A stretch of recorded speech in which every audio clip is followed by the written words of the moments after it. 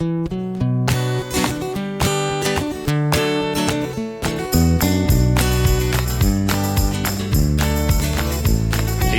the Underpowered Hour. On this week's show, Trophy is back as a worldwide competition, and then an extended version of Land Rovers in the movies. And now, without delay, here's the show.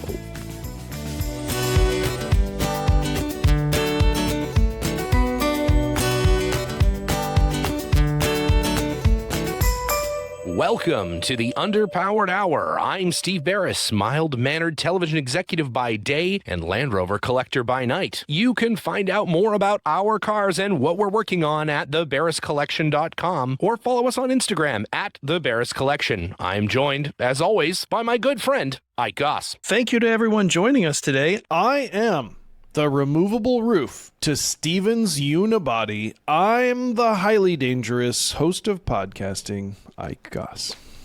I own and operate Pangolin 4x4 in Springfield, Oregon, where we live and breathe Land Rovers. Check us out online on Facebook, Instagram at Pangolin 4x4. Let's get started. All right, Ike. Well, in the news this week, there is some news out of our friends Tata in India. They have, unfortunately, we'll get that out of the way right up front. Unfortunately, they are the owners now of Air India. And of course, there was a pretty horrific crash only a couple weeks ago of a Boeing 787 Dreamliner, which is also the first time that a Boeing 787 Dreamliner has crashed, which is interesting. That's the most modern aircraft, sort of ever produced. Very, very interesting circumstances surrounding this. Obviously, it's a huge aircraft, and it's, very tragic that all these people met their ends in this way, but very interesting circumstances. It's kind of like the most tragic thing that could possibly happen. Huge airplane crashes into like a medical college. Is that right? Yeah. But what's fascinating about it is there was one survivor, a single survivor who was on the airplane, a ticketed passenger, seated in row 11A. So like in the bulkhead behind first class, I think. Like the first of the economy cabin. Okay. Yeah, right. Makes sense. And miraculously survived without serious injuries. That's incredible. Everyone else on the airplane died. Dozens of people on the ground died. But this guy somehow survives almost uninjured, which is, if I'm not mistaken, the premise to a Hollywood film, Unbreakable. That's right. It is. That is the premise to Unbreakable. So this gentleman may have Bruce Willis-like powers. He should be tested for superpowers. No, it is. It's incredible. I mean, it's kind of it's obviously it's very sad, but it's kind of interesting to think that how does the thing blew up, right? Like, because it was full of fuel. It just taken off, which is the worst time for, if there's, a better time. I don't know. It's not really a good time for that to happen. It's never a good time to crash, but certainly when you take off, the plane is full of fuel, was flying to the UK, so, had a full complement of fuel, and yikes, not great. But yeah, this gentleman, interesting. He made it. I read a story about another passenger who survived a similar incident, also seated in seat 11A. So there's now like a conspiracy theory going around about seat 11A. So you got to be in 11A.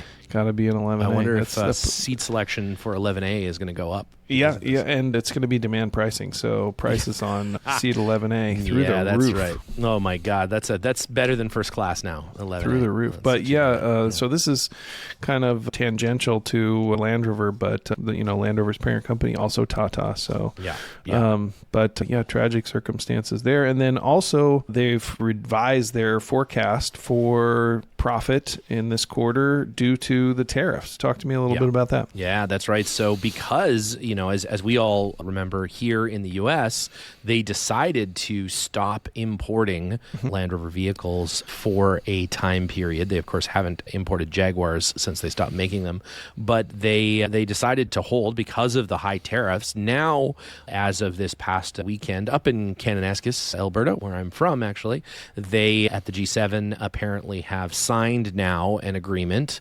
President Trump and Keir Starmer signed an agreement which brought the tariff on automobiles down to the 10% baseline up to, I believe it's 100,000 cars before it goes back. And this is with the UK, and because that's exactly right, yeah. and this remains to be seen how this will affect Defender, because the Defender is made in Slovakia, right? It is made in Slovakia, and I think it leaves from Slovakia to wherever it's being sold, right? It doesn't come to the UK and then go somewhere else, right? I don't know. I don't know what that means. we have to wait to see what happens with the European Union trade deal to see how that affects Defender pricing, right? That is true. I think that's exactly right. So this will cover Range Rover, of course, Discovery, which maybe this is the saving grace for Discovery. You'll be able to afford them. And the other interesting thing is, like, when you say brings this down, this is bringing it down from the zero. The punitive. Punitive tariff of what, 40% or 30% or something like that. And then there was a brief 25%, and then now it is down. Now it's 10, but that's 10%. 4 times our previous tariff, which was 2.5%. Correct. That's exactly right. Yes, exactly. And what a in great some deal. cases, some manufacturers like Morgan and things like that who bring in below a certain threshold of vehicles were paying no tariff, zero, because they were considered small volume manufacturers. So now everything is 10%. So no matter how you look at it, everybody's paying more, even though technically now they're paying less. So now, do we know how this is also true of used vehicles? So like classic vehicles, are they 10% as well? It's really hard to say. All of this sort of deal-making stuff is pretty unclear around anything that is considered used. So vehicles, parts, etc. It's a bit of an opaque thing. I have to bring my high-capacity pickup down from my brother's house. Good time. And exactly right. Yeah. Not only is it a pickup truck, but it is also in Canada. So we're going to find out. We're going to find out what those tariffs look like. Well, we should do a show once you get back. If you return, if you're not detained and deported to Guatemala or something. Yeah, exactly. Yeah, Honduras, I assume. Yeah, no, it's true. We'll see what comes of it. But it's a difficult time to bring things back forth across the border. Not a lot of fun. Yeah. Yeah, well, when's your next big import trip? I don't have an import trip, but I have a shipment coming up, and I'm biting my nails. We'll see what happens. It seems like day by day.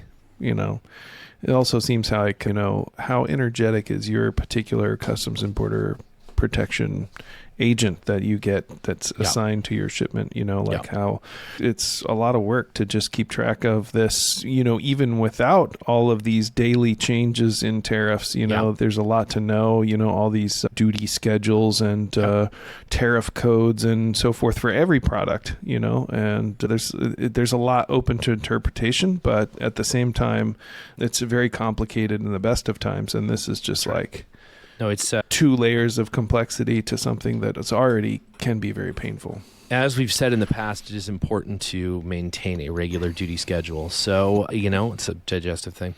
But speaking of things coming around for a second time, we are celebrating this year the 45th anniversary of Camel Trophy.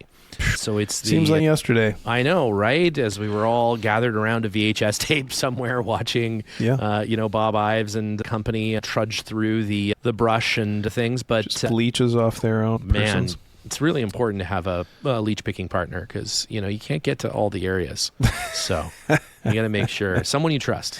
So what's happening? How are we celebrating? Well, Land Rover has decided that they are going to relaunch as they are calling it, Epic Adventure Challenge, a worldwide Epic Adventure Challenge using His Majesty's Land Rover Defender as the trophy vehicle. They're calling it, surprisingly, the Defender Trophy, which of course Ike and I have participated in the past and placed fourth overall, which was, I think, exceptional results considering, we got lost for a good half of the day. 4 days. So 4 days. We were gone for 4 days. It's true. So now, do we know how this event is different than the last few years? Is it different than the last few years? It is different in that it will be a worldwide sort of competition. So this thing. My understanding is the previous one was as well. Like if you got That's like right. I guess it's first true. or You got to whatever, go then you to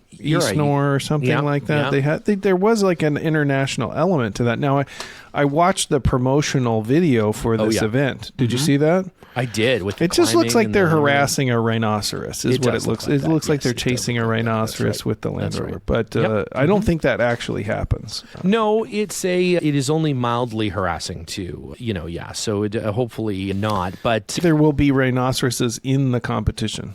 oh, definitely. There will be a team entirely made of rhinoceroses. I think the tie-in there is that some sort of proceeds go to Tusk, the Kevin wildlife Smith conservation film. Oh, yeah, the no, wildlife no, conservation. that is right, not right. a movie that you should watch. It's great. It's some of it does work. Where the man turns into the walrus. One man turns another man into a walrus against Okay. his will. Yeah. It's the sort of human centipede of walrus sort of horror. Oh, So yeah, Yeah. if you're into it, if that's you're into it. are there more movies to make up that genre? that's it. That's the one. Okay. It is the one that defines the genre, certainly. But apparently, there will be applications from Yeah. more than 50 countries, and the final will be held in Africa, which is a continent. So, Yeah. hopefully that'll get a little more specific before the actual competition. There- You just show up in Africa. What I did notice that the competition is October of 26, It is October of 26, and then and they're announcing autumn. it Yeah. in August. in August. So, That's like, right. if you aren't ready to go wherever they tell you, then I don't know what they do. you gotta be ready. You gotta Gotta be ready. Gotta be ready. So sign up if you're interested in recreating the Camel Trophy. Do you think there's going to be a bunch of like washed up middle-aged dudes who are like missed it the first time? I do this? certainly am on that list. You're on that list. You've yeah. always been like, I wish I could do Camel Trophy. Here's your I chance, have. Stephen. That's true. I know. I say it all the time, and this is certainly will be exactly like that. Now, it's interesting because the Camel Trophy or the Defender Trophy, vehicles will be available, of course, in Sandglow, as that is, sort of a prerequisite for a trophy Land Rovers, but also in Keswick Green. Now, I is read interesting. that. So, in conjunction with the event, obviously they have Yes. another special edition, or maybe Special the edition. event's in conjunction with the special edition. Anyway, Hard to say. chicken and egg scenario there, but Yeah. I did see that they released a new trophy edition. This one is available in the UK. I guess the previous ones were not available. Oh, interesting. In the UK. I didn't know that. Yeah. There's a brief shot of a classic Defender trophy in the marketing material, but it isn't really highlighted anywhere in their press release that they are actually using the classic Defenders. Certainly not here in North America. Maybe that's different in other countries where, if you're in the UK, maybe you do get to use the classic Defender. Hard to say. And then, like you said, they're available this time in deep. They're calling it Deep Sand Glow. Deep sand glow. Deep Sand Glow. Now, I that was sort of a nitpick of mine for the earlier trophy editions. They had a weird photo collage version that was like a white, and it almost looked like snow camo, digital snow camo is kind of what it looked like. Yes. So they had one of those, and then the previous edition I think was yellow with a big trophy logo on the door. But it was also not the right Sandglow. yellow. No, not it wasn't the Sandglow. right yellow. That's correct. Yes. So is this one the correct one? Is this we the can camel? only hope. This is again. It's Is a camel wrap on a colors? black Defender. It's wrapped in this sand glow color. That's another thing. I think, correct me if I'm wrong, this one's not a wrap. I think this one's paint, and they have an option for a matte wrap over the top. Oh, that's interesting. Oh, it looked like it was a wrap. If they're Unless actually there's painting it, wrap that's on huge. wrap. Ooh, wrap on wrap. Wrap technology has progressed so far. We can wrap on wrap. Let's see, crisscross technology. But it has all of the classic Camel Trophy accessories like gloss black 20-inch wheels Yes. and all-terrain tires. Oh. And it has a dark rear scuff plates and gloss black wheel arch protection Dark rear scuff plates. I don't That's even know right. what that means. and a black front undershield. Black So. front undershield. That's All the classic Camel Trophy parts. Yeah. And then, of course, there is the trophy decals on the hood and the seat pillars. It does So come no with other- decals because the pictures, the press release photos I saw didn't have stickers on One it. little tiny little sticker. If you look, really, it's if you really small. Squint, it's really small. Okay. And I have to say, for me, one of the key things that makes any kind of competition vehicle is a ton of stickers. That thing's got to just be covered in stickers. And this is very low sticker, I have to say. You got to rep the sponsors there. Right? So also noted in the press release here is for ultimate off-road capability, the trophy also includes an Expedition roof rack, providing additional storage, and a black deployable roof ladder, which of course, I actually like that side ladder, a gloss black side-mounted gear carrier, of course the spice rack, that makes it extremely off-road capable, and front and rear mud flaps. And a raised air and a dust filtration system. So really no accessories that increase the off-road performance of the vehicle at all. I would say even maybe decrease it a little bit, to be fair.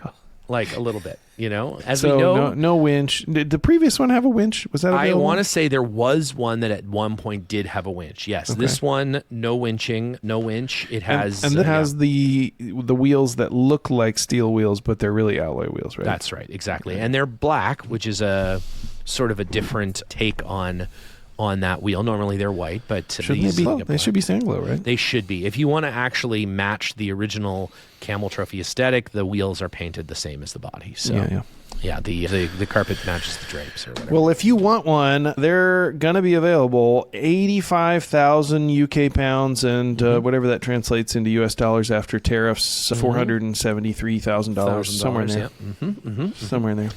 And get your name in now. You can head on over to the Land Rover USA /Defender Trophy, and it will get you to all the information that you need to submit. Turn in your application. It's just a 30-minute questionnaire and a cheek swab. And that's right. You're on your way. You can include some tasteful nudes, and they'll make a selection based on that. Wait a minute. Did you just put your email in there? Yep. Let's just go ahead, send that off, and you'll be good to go. You'll be good to go. So yeah, it's interesting. I mean, if you want a yellow Defender with a tiny little trophy logo on it, those will be available, I'm sure, from dealers soon. And if you want to go on the Defender Trophy adventure, you can sign up to have them email you when registration opens or when I'm not exactly sure how they're picking people or who's doing that, but find out more on it's based on your social media following, I'm sure. 100%. Yeah. Specifically on my social media following. Speaking of special edition Defenders, Indeed. Talk to us about the new Dolus special edition featured in the new film Locked. That's right. It's everybody's favorite segment, Land Rovers, in the movies. And this is an upcoming film with two of your favorite actors, Sir Anthony Hopkins, lovely man, incredible voice, rich, and like a barrel of whiskey, spoken aloud. He's an incredible orator. And It the Clown, good old Bill Skarsgård. Two actors with pretty good chops. These guys are pretty well-regarded thespians for a movie like this. Oh, 100%. And this is the premise of this film, as I understand it, and correct me if I'm wrong, because I know you've done some fairly deep Sandglow research on this. The film takes place in what looks like probably London or something, and Bill Skarsgård plays a down-on-his-luck car thief with a heart of gold, and because he feeds a dog or something at one point in the trailer, so that means that's telling us that he's not really a bad guy. He's really a good guy, even though he's makes some bad decisions. He's kind of got a Pete Davidson vibe to him. If I'm not lying, he's got like the pink hoodie and you're right. Some sort of tattoos and maybe some dyed hair, and he seems like your average youthful scumbag.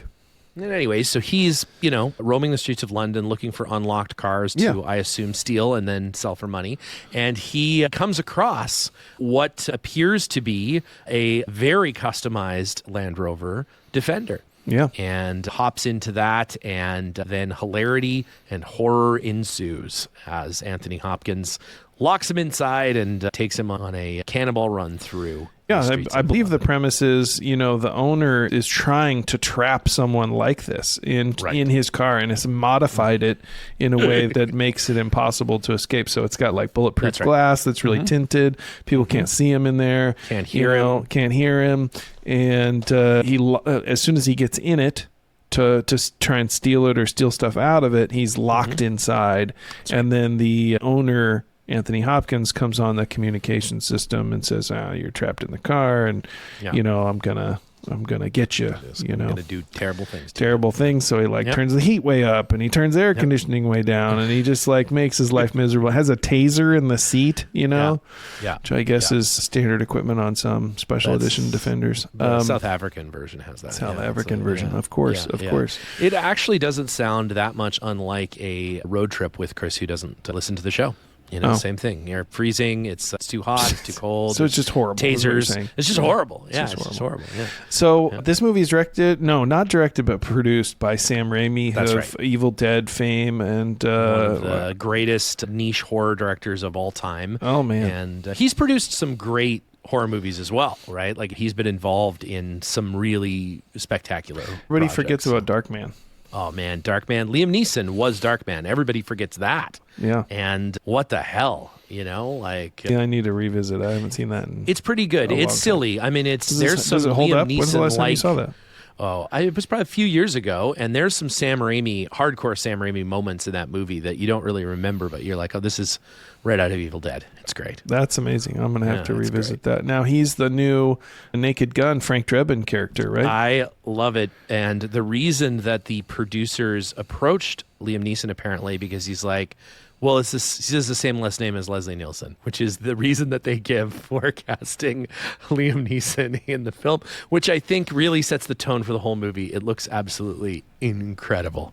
Super dumb, which is the entire point. But oh my God, yeah. Locked. Check out the preview for that. We'll put a link in the show notes. But I have to say, it looks like, and we were talking about this a little bit before we started, but it looks like an indie film that was shot with like a Tom Cruise size budget. It does look like the production values are much higher than what you would expect from a movie with this sort of premise. This is like a budget premise. That's right. That's been filmed, with some pretty big budgets here and some really good actors, and so I'm curious. And obviously high Land Rover content. Land Rover is basically the main character of the film. It is, yeah, it is. And it's not a Land Rover in the movie though. It's a Dolus. It's like a special Land Rover edition. And the question is that an addition? Is that because Land Rover didn't want anything to do with this movie? I imagine it's running people over. It's shocking Bill Skarsgård. Like, is that really? But it is so clearly a Land Rover Defender. Like, literally the only difference is they've changed the badge on the front. And I think they took it to our friends at Con Automotive and had it. They pimped their ride they put the but it does look cool. I have to say, actually, there's some like little things about the way that they've customized them. Like, it looks kind of cool. Yeah, it's very murdered out. It definitely feels like it is the Defender of a Spanish soccer player. It's like a Defender Escalade sort of mashup, if you will. It's true. Yeah, with an evil Anthony Hopkins driving it remotely over people and things. If you hear Anthony Hopkins' voice calling you by your full name, just run. You're done. That's it. Yeah. Anytime that's ever happened, it's not good. You're gonna die. It's not good. There's just you're done for. Well, if your own Land Rover is not providing you with enough horror, go check out Locked. It's a perfect film. And in this special extended edition of Land Rovers in the Movies, you have another Land Rover in the movies for this week. Yeah, your favorite company, Netflix, is the Red Menace. I know you feel about Netflix, but they have released a short series called Fubar. And it follows Arnold Schwarzenegger. It sure does. As a retired or retiring CIA agent called in for one last job. Have you ever heard of a premise like that before? That's what we call the Danny Glover premise. That's in the business. You call that Danny Glovering your character. So Danny Glover. So CIA calls him for one last mission, and it turns out that he's sent to South America to retrieve a CIA agent in deep cover who's in distress. That turns out to be his daughter. And they haven't told him this until he arrives. Seems very realistic, but Arnold is doing his best to relive the 80s action movies of his youth. Yep. And it's sort of an action comedy situation, and he drives a Land Rover. He goes to South America, and he's like on this drug, what do you call it, plantation, I guess. Yeah, and he steals the owner's Land Rover, and it's a 90. It's a classic 90 pickup. Oh, nice. And he's in the car, and he's having an argument with his daughter. You know, like why didn't you tell me you were CIA agent? Blah blah blah blah blah. Why didn't you tell me? And they're like yelling at each other, and he's not paying attention, and he just runs right over like a mercenary guy. It's kind of funny. Just not even paying attention. But there's definitely some Land Rover content. I only managed to make it through 2/3 of one episode, but I was like, that's worth mentioning, you know. Is it because you only had that much time, or because you're like, I'm good. I'm good. You know, I think I got busy. Had to be somewhere. So I'm gonna finish at least one episode. You know, we'll see if there's more Land Rover content, but definitely some comedic Land Rover content in the new show Fubar with Arnold Schwarzenegger. I love Arnie so much, and I actually want to watch it. I want the 80s action movie back. You know, I want Stallone and Schwarzenegger just back in it. Like, well, they are back in it, but they're just streaming now. I think Stallone has his own show, doesn't he? Like old. Yes. Tulsa King. Tulsa King, that's right. Yeah. Yes, he is. They're all straight. He's on Amazon. Arnie's on Netflix, and they're recapturing. They're still doing it. You know, those guys are going to be forever. They're going to be like animatronic AI. Like they're never going to retire. Those guys. We don't know that they aren't now. I mean, quite frankly, I mean, it's certainly there's probably a certain amount of Vicodin just involved in getting those guys out of bed. But at one point, I actually had to look up Arnold's age because. You know, it says in the show that he's 65. He's retiring at 65. And I was like, there's no way he's 65. And I looked up. He's 77. Holy crap. 77. He's knocking on 80's door. Dude. He really is. And I have met Arnold Schwarzenegger very briefly at the Presidential Health and Fitness. He was like George Bush appointed him to as like the head of... Yes. Presidential fitness, just like a completely made up position. And he went around to schools in the 80s, and he like did a speech on, you know, staying active and blah, blah, blah, blah, blah. And he ran around the track at our school. And wow. In Indianapolis, Indiana, of all places. So that's amazing. It's kind of weird. I had a flashback of this when I watched this show. I was like, oh yeah, I actually met Arnold Schwarzenegger once when I was like 6 or something. Oh my god, that's amazing. I have not met Arnold Schwarzenegger. Grade. I would love to. He's on my list for sure. He's on your list. So all right. He's on the list. If I could meet him, I would like that very much. I guarantee he doesn't remember me. I believe I'm going to ask him though if I see him. I believe I was very young. Maybe 10, maybe 6 years old. Awkward. I'm sure he was. You know, had a beard, full beard at 6. Full beard. Yeah. I mean, I feel like he would be memorable. I don't know. Maybe he does remember. You never know. Never know. Well, at that, it's time to move on. We're hopefully here at some point in the very near future for next week's show. We're going to hear from Justin and Bob Steele and potentially Joe from Lost Cause Ranch. I'm not sure. What are they doing? Why would we need to hear from them? This Rover Ball run in their Freelanders across the country. This is a run, but with Land Rovers. And some of those Land Rovers don't really run. So how many Freelanders are going on this event? It is hard to say. We're not able to nail it down. So we have conflicting reports. There's conflicting reports. Conflicting reports. Possibly none. Possibly none. There could be no Freelanders. There could be 5 Freelanders. That would be the most really Freelander event of all Freelander events. I know. It's fantastic. I like that even though it is a Freelander-specific event, there may be no Freelanders there, which sounds about right. So at that, we'll have to, tune in next week for that exciting update. Yeah. And until then, we'll see you next week. All right. See you on the trail. Bye for now.